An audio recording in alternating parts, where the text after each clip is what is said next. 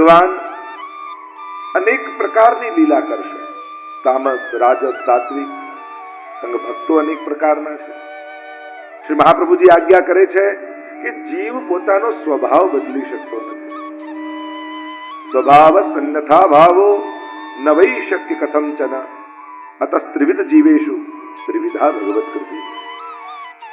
જીવ સ્વભાવ બદલી શકતો નથી, એટલે ભગવાન જીવને સ્વભાવ અનુકૂળ લીલા કરશે. એટલે દશમસ્કંદના પ્રારંભના શ્લોકોમાં આવ્યું બભૂવ પ્રાકૃત શિશુ. પ્રશ્ન કર્યો કે ભગવાન કોઈ પ્રાકૃત છે? તો કે ના, પ્રાકૃત શિશુ એટલે ભક્તોની પ્રકૃતિને અનુકૂળ થઈને લીલા કરશે. અહીંયા ભગવાન ભક્તને નહીં બદલે, ભક્તને અનુકૂળ પોતે બદલાઈ જશે. તામસ લીલા કરે એટલે તામસ ભક્તોને એમ થાય આ તો અમારા જેવો ઠાકોરજી છે, એને આસક્તિ થાય. રાજસ લીલા કરે રાજસ ભક્તોને એમ થાય આ તો અમારો પરમાત્મા છે. સાત્વિક લીલા કરે તો સાત્વિક જીવોનો નિરોધ થાય. આમ પ્રભુ આ સમગ્ર લીલાઓ, ઉતનાવદ હોય, ધેનુકાસુર, અઘાસુર, બકાસુર, આ બધા જુદા જુદા દોષો રૂપે આવે છે. અને દોષોનું નિવારણ કરી સ્વમાં આસક્તિ પરમાત્મા કરાવે અને પરસ્પર છે. ભક્તનો ભગવાનમાં નિરોધ થાય એ જ ક્ષણે ભગવાનનો ભક્તમાં થઈ જાય. જે દિવસે ભક્તને એમ થાય કે પ્રભુ આપના વગર નહીં રહી શકે, એ દિવસે ભગવાનને પણ એમ થાય કે હું પણ આપના વગર નહીં રહી શકું. પ્રેમ તો અન્યોન્ય છે, આ પરસ્પરનો નિરોધ છે. 84-200 વાર્તામાં તમે જુઓ તો ઘણી વાર્તા તમને એવી દેખાશે કે ભક્ત ભગવાન વગર ન રહી શકે, અને ઘણી વાર્તા એવી છે કે જેમાં ભગવાન ભક્ત વગર નથી રહેતા. જે દિવસે તમને સેવા કરવાનો આગ્રહ કોઈ વસ્તુનો થાય ને, એ દિવસે ઠાકોરજીને પણ તમારા હાથે સેવા લેવાનો આગ્રહ થઈ જાય. મુમનદાસ આદિની વાર્તામાં જુઓ, ગુસાઈજીના લાલજી એમને ગોકુલ લઈ જવા લઈ ગયા, પણ જ્યાં યમુનાજીના કિનારે આવ્યા અને નાવમાં બેઠા ને ભાન આવ્યું, અરે મારી મંગળાની કીર્તનની સેવા થઈ. અને અહીંયા શ્રીનાથજી બાવાને જગાવવા માટે મુખિયાજી, વિતરિયાજી અપરસ કરીને જાય, અને જાય ને કંઈક છોવાઈ જાય, પાછા અપરસ કરવા જાય, પાછા જાય ને પાછું કંઈક છોવાઈ જાય. બધાને વિચાર થાય આજે શ્રીનાથજી જાગતા કેમ છે? અને ત્યાં દોડતા દોડતા કુંભનદાસ આવ્યા. શ્રીનાથજીની આગળ નિજ મંદિરની બહાર જગાવવાના કીર્તન ગાયા, ત્યારે શ્રીનાથજી બાબા જાગ્યા. કુંભનદાસને કહ્યું કે મારી સેવા ગઈ, પણ જોયું તો હજી સમય અનુકૂળ હતો, હજી પ્રભુ જાગ્યા નહોતા. મનોમન આભાર માન્યો કે પ્રભુ આપે મારી સેવા ટકાવી રાખી. ઠાકોરજી કહે કુંભન, તને જગાવવાના કીર્તનનો જેવો આગ્રહ છે ને, એમ મને પણ જાગવા માટે તારા કીર્તનનો આગ્રહ છે. જે નિયમપૂર્વક સેવા કરે, ફૂલઘરમાં જતા હોય, ભંડારમાં જતા હોય, સજાવટમાં જતા હોય, તો ઠાકોરજીની પ્રતીક્ષા કરતા હોય. પ્રભુને પણ તમારા હાથની સેવા લેવાનો આગ્રહ હોય. ઘણી વાર લોકો ફરિયાદ કરે ને કે કોઈ સાથ આપતું નથી, સેવા મારે એકલા કરવું પડે છે. એને ત્યારે હું એમ જ કહું, ઠાકોરજીને તારા જ હાથની બધી સેવા લેવી છે ને, એટલે તારી પાસે જ કરાવે છે. ત્યારે એમ માનવું કે પ્રભુને બધી સેવા આપણા હાથની લેવી છે, એટલે બધી જ સેવા આપણા માથે આવે. આ નિરોધ લીલા છે. 90 અધ્યાય ભાગવતજી અનુસાર મહાપ્રભુજીએ 3 અધ્યાય પ્રક્ષિપ્ત માને. પ્રક્ષિપ્ત એટલે કે સારસ્વત કલ્પની આ લીલા નથી, જે 12, 13 અને 14 જેમાં બ્રહ્માજીને મોહ થયો છે એ લીલા. કારણ કે આ કલ્પમાં ભગવાને વચન બ્રહ્માજીને આપેલું છે કે તમને મારી લીલામાં મોહ નહીં થાય. અને અહીંયા બ્રહ્માજીને મોહ થયો એવી કથા આવે, એટલે મહાપ્રભુજી કહે છે કે આ અધ્યાયો પાછળથી ભાગવતજીમાં ઉમેર્યા છે, એટલે પ્રક્ષિપ્ત છે, લીલા થઈ છે, પણ સારસ્વત કલ્પની લીલા છે. એક વાત સ્પષ્ટ સમજી લો, ભાગવતજીના 10મ સ્કંદમાં જે કોઈ કૃષ્ણ ચરિત્ર છે એ સારસ્વત કલ્પના દ્વાપરમાં પ્રગટેલા પ્રભુની કથા છે. કારણ કે સારસ્વત કલ્પ, જો હમણાં શ્વેત વારાહ કલ્પ ચાલે, ભૂદેવ સંકલ્પ કરાવે ને, હરિ ઓમ વિષ્ણુ વિષ્ણુ વિષ્ણુ શ્રીમદ ભગવતો મહાપુરુષસ્ય વિષ્ણુરાગ્રયા પ્રથમ બ્રહ્મણે દ્વિતીય પરાધે શ્વેત વારાહ કલ્પે. આપણે શ્વેત વારાહ કલ્પ ચાલે, અને આ કથા છે સારસ્વત કલ્પ. કલ્પનો આખો ભેદ છે. અને એમાં પણ ચતુર્યુગી આવે એમાં પણ સતયુગ, ત્રેતા, દ્વાપર, કલયુગ, શ્વેત સારસ્વત કલ્પના દ્વાપરમાં પૂર્ણ પુરુષોત્તમ ભગવાન પોતે શ્રી કૃષ્ણ સ્વરૂપે પધારે, એની આ કથા છે. અને એટલા માટે ભાગવતજીની મહત્તા અન્ય પુરાણો કરતા વિશેષ કહી છે. અન્ય સ્થાનોમાં અવતારની કથા છે, અહીંયા અવતારીની કથા છે.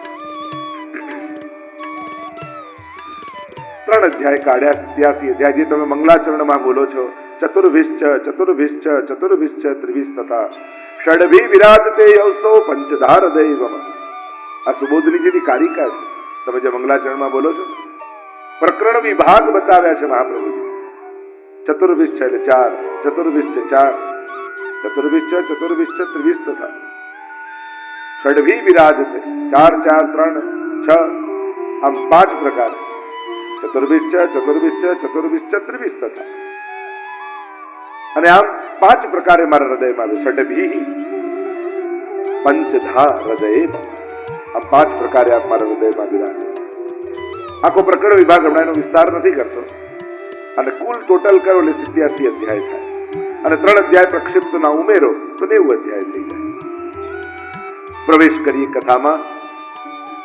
જ્યાં નંદ બાબાને સમાચાર મળ્યા કે આપને ત્યાં લાલન થયા છે, અને એટલામાં તો હેરી હે કહીને સુનંદાજીએ જ્યારે સમગ્ર વ્રજવાસીઓને વધાઈ આપી છે, પ્રત્યેકના હૃદયમાં એવો આનંદ ઉમડ્યો.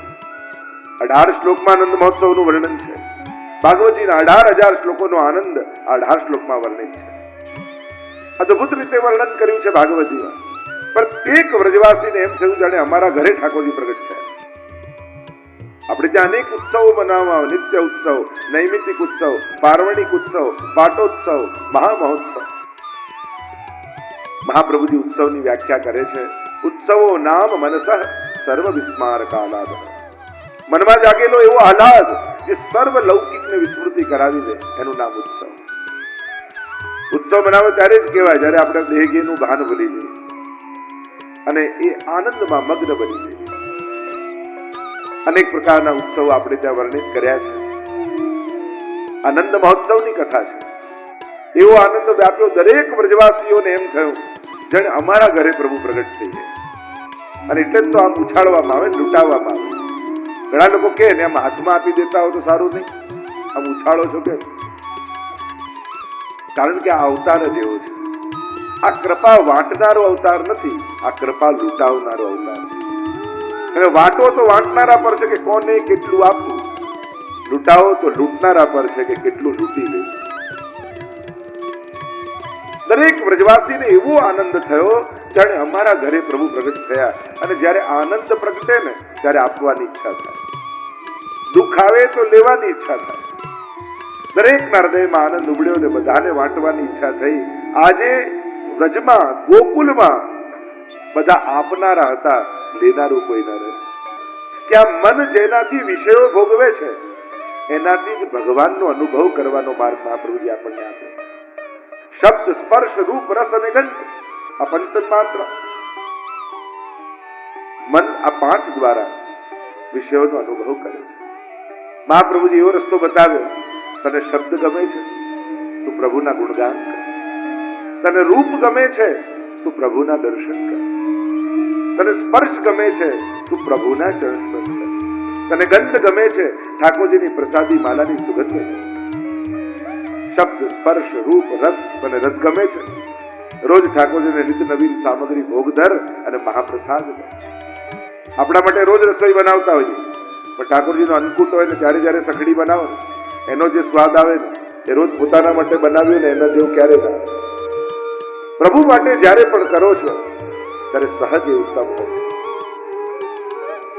મનના ભરોસે જ્યારે પણ જીવનને મૂકશો ને એટલે એટલા માટે જ આપણે ત્યાં નિત્ય નિયમ શબ્દ આવ્યો કે ભલે મન ન લાગે છતાંય કરવું. કરશો તો મન આવશે, પણ ભરે એ રાહમાં બેઠા રહેશો મન લાગે પછી કરું. તો ઘણી વાર લોકો નથી કહેતા મન નથી લાગે તો માળા કરવાનો શું અર્થ, મન ન લાગે તો પાઠ કરવાનો શું અર્થ, મન ન લાગે તો સેવા કરવાનો શું અર્થ.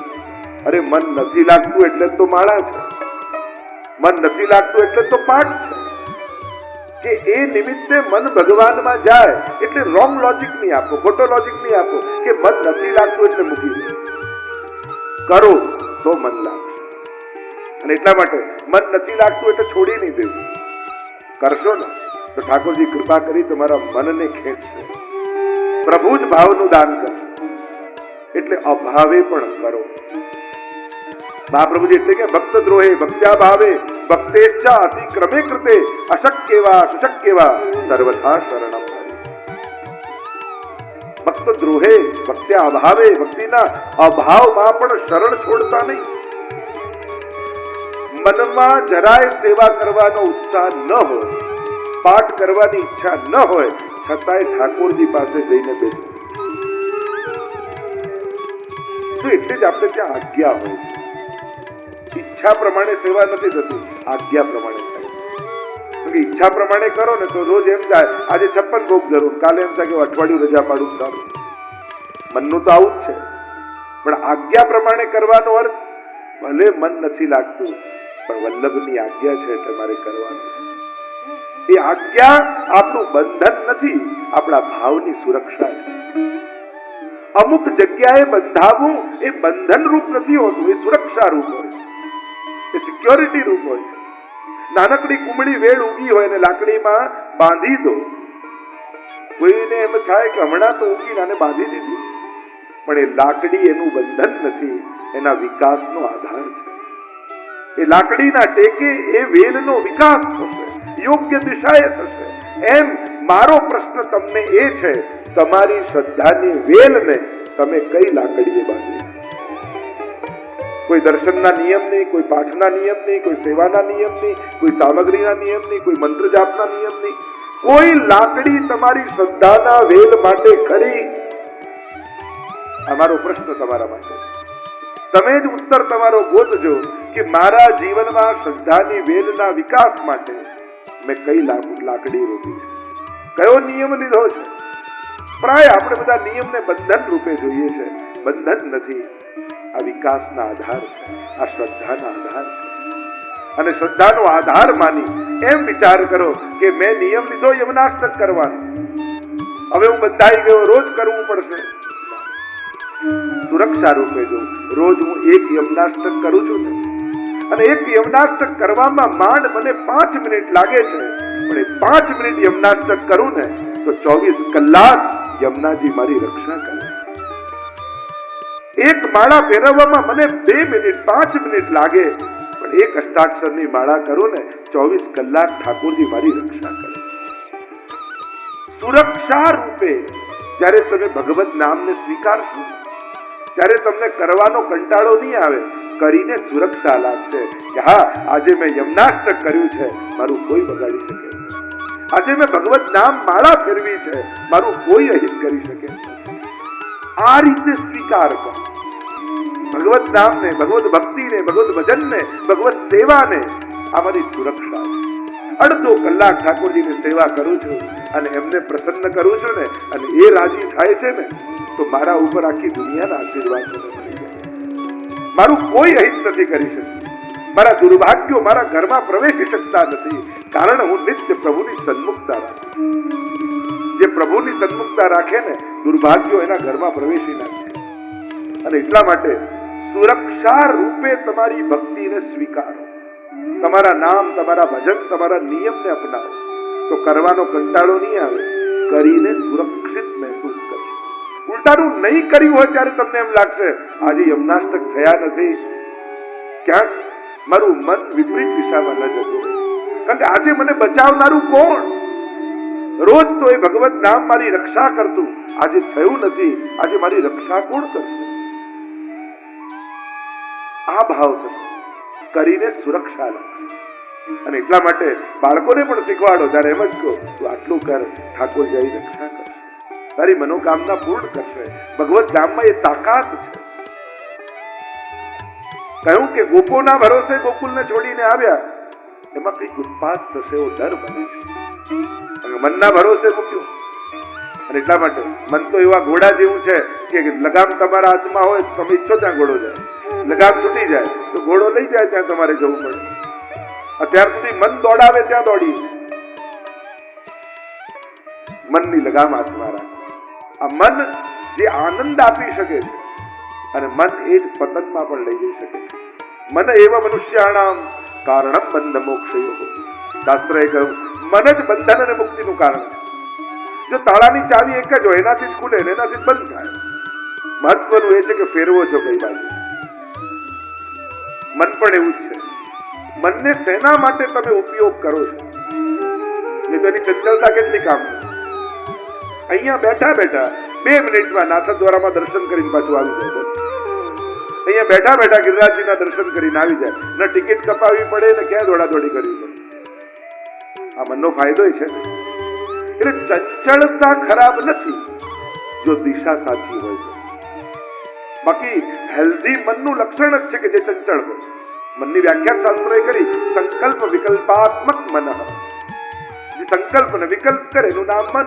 અને નિશ્ચયાત્મિકા બુદ્ધિ, જે નિર્ણય લે એ બુદ્ધિ. મન બુદ્ધિ ચિત્ત અહંકાર આ 4 અવસ્થાઓ છે. એટલે ચંચળતા ખરાબ નથી, એ તો એનું સ્વાસ્થ્ય છે. અને સ્થિર મન તો 2 જણાનું હોય, કા કોઈ બહુ મોટો યોગી હોય એનું, કા ડિપ્રેશનમાં હોય એનું, જેને કોઈ ઈચ્છા જ ન જાગે. ઈચ્છાઓ જ મનનું સ્વાસ્થ્ય છે. પણ એ ઈચ્છાઓ મનોરથ બને એ લેવલ પર જો મનને લઈ જશો તો આ જ મન તમારા ઉદ્ધારનું કારણ થઈ જશે. આ ભાગવતજી તમને તમારા લેવલથી ઊંચું કરે. અત્યારે આપણું સ્તર કામનાઓના સ્તરમાં છે, પણ ભાગવતજી સાંભળશો તો કામનાઓમાંથી તમને ભાવનાઓમાં લઈ જશે. વિવિધ ભાવનાઓ બની જશે તમારી કામનાઓ. અત્યારે ભોગ દ્રષ્ટિ છે, પછી ભોગ ધરવાની દ્રષ્ટિ આવી જશે. અને કામનાઓ જ્યારે ભાવનાઓ બની જાય તો એ જ મન ઉદ્ધારનું કારણ બની જાય. આ ભાગવતજીનું બળ છે, ભાગવતજીના શબ્દોનો પ્રભાવ છે. જ્યાં વસુદેવજીને આમ કહ્યું, વસુદેવજીએ નંદ બાબાને, અને અહીંયા કંસે મોકલેલી પૂતનાએ પ્રવેશ કર્યો.